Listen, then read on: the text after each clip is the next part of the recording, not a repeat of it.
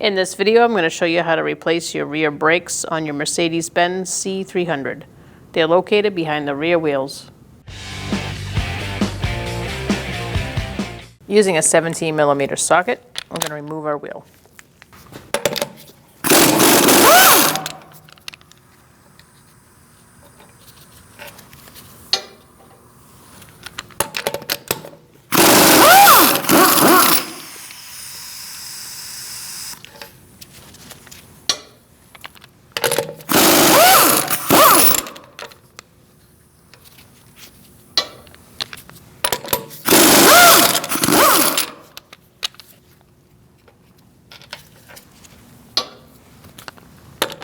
For the last one, you want to keep a hand on the wheel.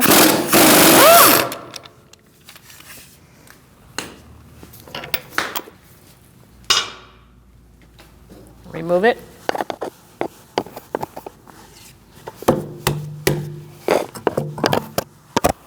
You're going to want to open your bleeder screw before continuing and make sure it opens, and also loosen it for when it's time to compress the caliper. Ours loosened.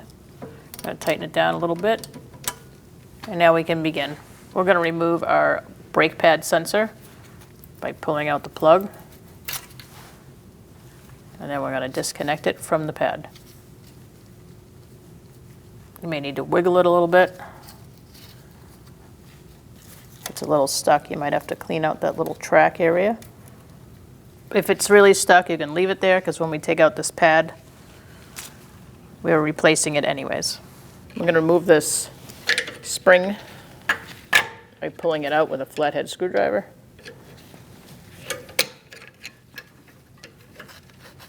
Sometimes these get stuck. You might need some cutters just to grab onto it a little better and pull it out that way. Remove your cap on this top slide bolt and the bottom one using a flathead screwdriver. Now we're going to take out our slide pins. To do that, you're going to use a 7mm Allen wrench or a 7mm Allen wrench socket. For this lower one, it's easier to get this in there. Like that. And we're going to loosen it up. Now I'm going to swap it out for the socket, and we'll take it out the rest of the way.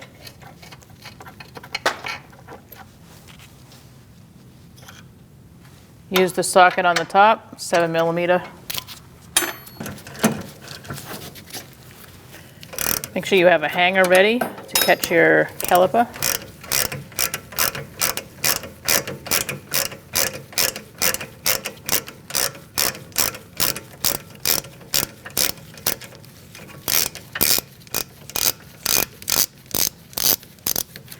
And we're going to pull that right out. Take out that loose pad, put it off to the side, grab your hanger, and for this car, you don't have a whole lot of space to put this caliper unless you undo this bolt here and remove this sensor, which is not really necessary. So we're just going to hang up our caliper a little off to the side, but out of the way.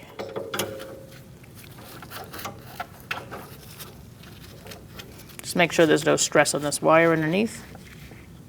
And we can leave it there. We're going to take this bracket off next. We're going to use an 18mm socket on the bottom one with a breaker bar or a ratchet if you can get one in there. And I'm going to use a wrench on the top because the sway bar link is in our way.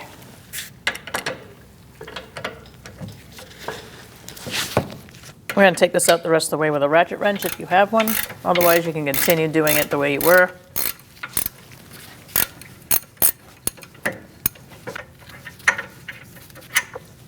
Set that aside. Do the same on the top.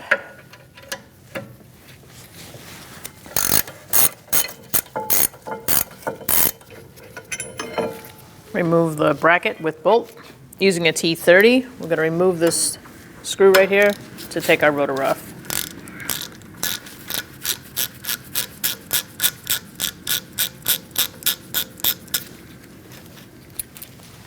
Turn your rotor to about 10 o'clock, so this is at 10 o'clock, as if this was a clock. And you're going to see a adjuster in here. And you're going to spin the wheel towards the interior of the car with a flathead screwdriver. You're going to unadjust it until it doesn't adjust anymore. It'll bottom out. You're going to keep doing this till it's loose enough to get this rotor off. The shoes inside are up against the inside of this rotor right now, and that's for the parking brake. So keep moving that wheel till you can't anymore.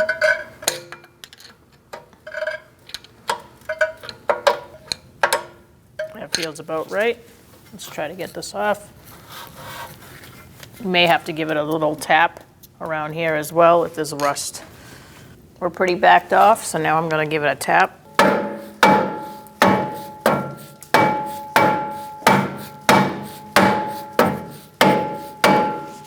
That looks like it loosened up. And now we're going to take our rotor off. And you can set that aside. So here's the wheel. We were going through here, and we were backing it so it made it shorter. When we adjust it, after we put the rotor on, we're going to go the other way. And what that does is it makes this adjuster go out, pushing these against the inside of the rotor. So we're going to put some anti-seize around the hub.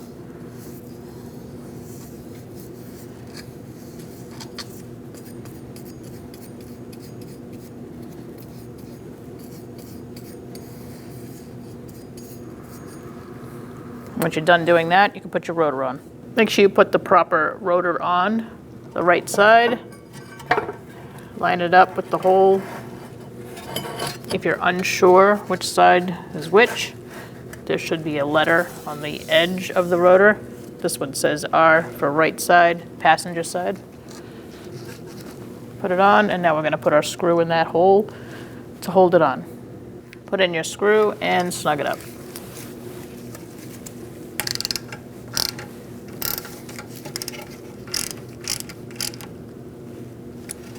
That should be good. Now we're just going to adjust our shoes.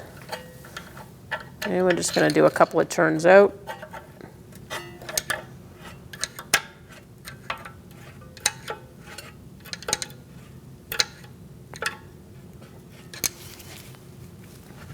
You're going to feel that it won't turn after you go a few turns out, and then you're going to back it off. You're going to go the other direction.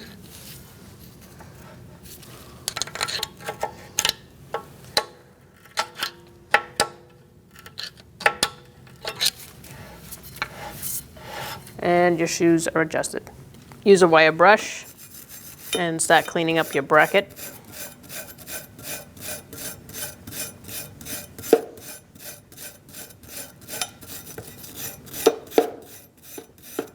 You want to get it pretty clean. Get all the crud out of there.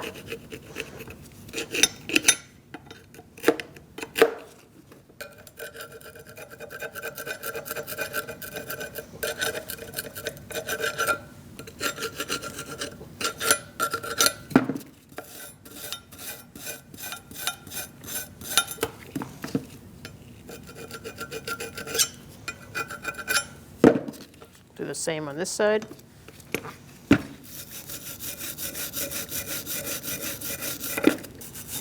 All right, once you're done cleaning it up, we're going to install it on the car. Let's clean up our caliper. We're going to remove this pad. Use a pry bar. Pull it out. So we have our bleeder screw open. And now we're just going to use this tool and push the piston in. And we have a drip pan below.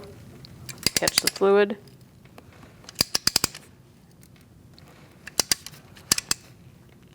You're going to push it in until it no longer goes. And then we're going to remove our tool. Tighten your bleeder. Remove your tool. I'm going to snug this up a little bit.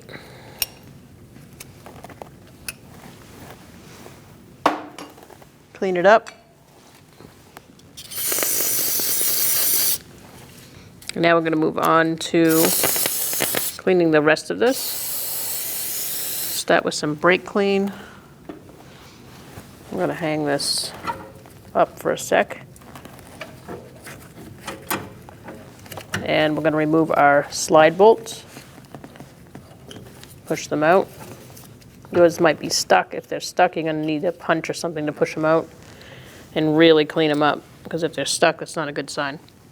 If your slides look like this, you're in good shape. Just add some silicone paste, and we're going to work them through where they live, right here, just to get them lubricated and to get that rubber boot with plenty of silicone paste.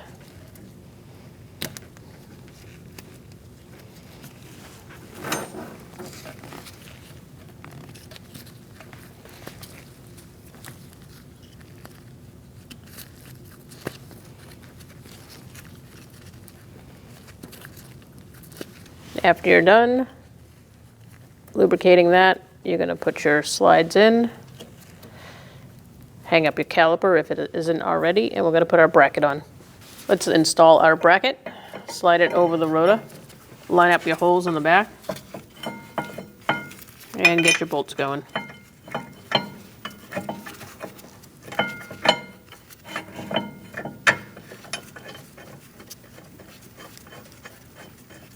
Now I'm going to do the one on the bottom.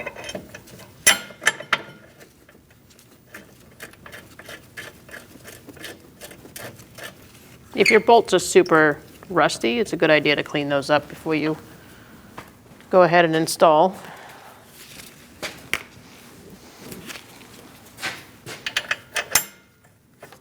Let's tighten these up and torque them to 84 foot-pounds.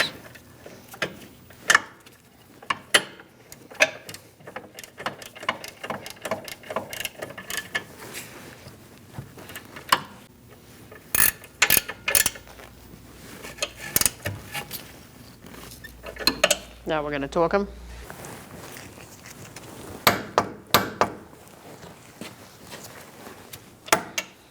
It's probably pretty much impossible getting a torque wrench in there unless you got a crow's foot. Just do the best you can.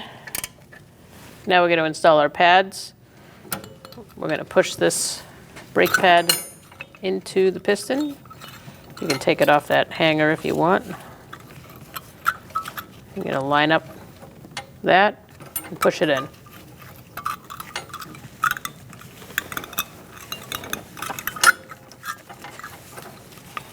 It's not the easiest thing in the world to do. Just be patient and lock it in. Now we're going to put the whole caliper on the bracket. I already have my other pad installed on the other side. And to do that, you just slide it in. Then let's install.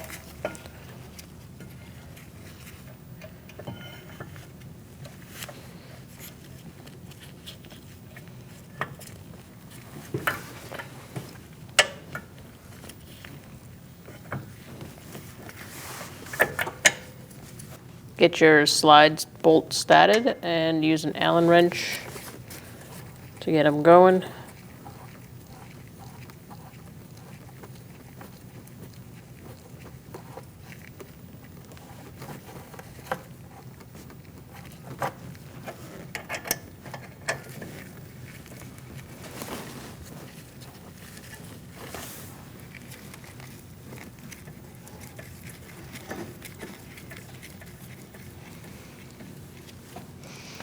Tighten it the rest of the way.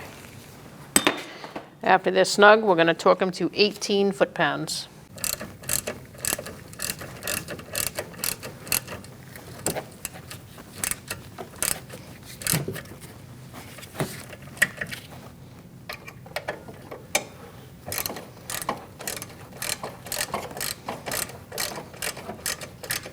I'm going to leave this one right there and try to get my torque wrench on. If you can't, do the best you can. So I'm using a swivel on my socket Allen wrench to get this to torque to 18 foot-pounds.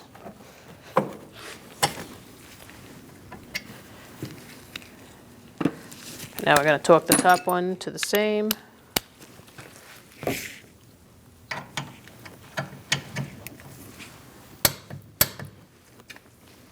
Now we're going to put our caps back on. That'll keep the dirt out. Now we're going to install our brake pad sensor. Slide this in. Make sure that post lines up with the hole in the pad.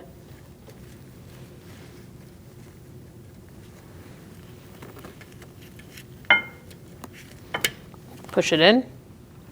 And now we're going to plug it into the connector.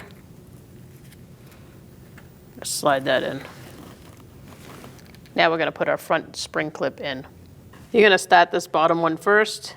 It kind of goes in at an angle. Make sure it's pushed in pretty much all the way. And then you're going to finish by installing the top one. Put it in the hole and pry it over the bracket like that. Tap it in the rest of the way like that. And you should be good to go. One last check, make sure this bleeder screw is nice and tight.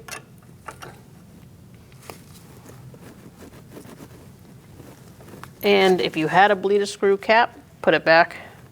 Ours was missing, so I'm replacing it. Put your wheel on.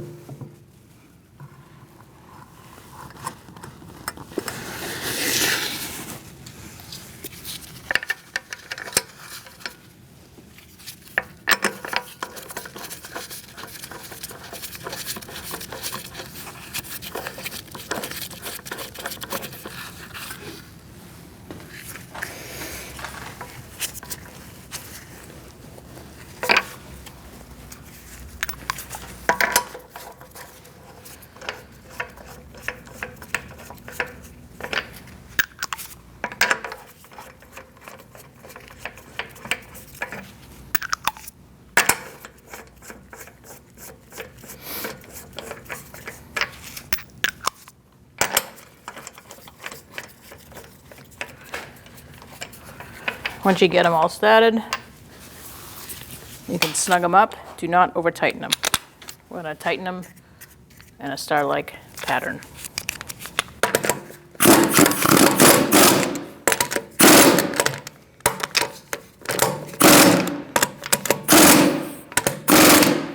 We're going to torque our wheel to 96 foot-pounds. We're going to do that in a star-like pattern.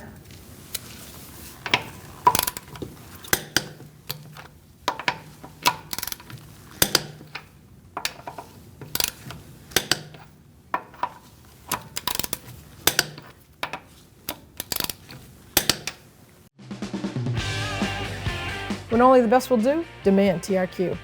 The only company that lets you view before you do. TRQ is committed to offering the highest quality aftermarket auto parts that are engineered for peace of mind. Thanks for using and viewing with TRQ.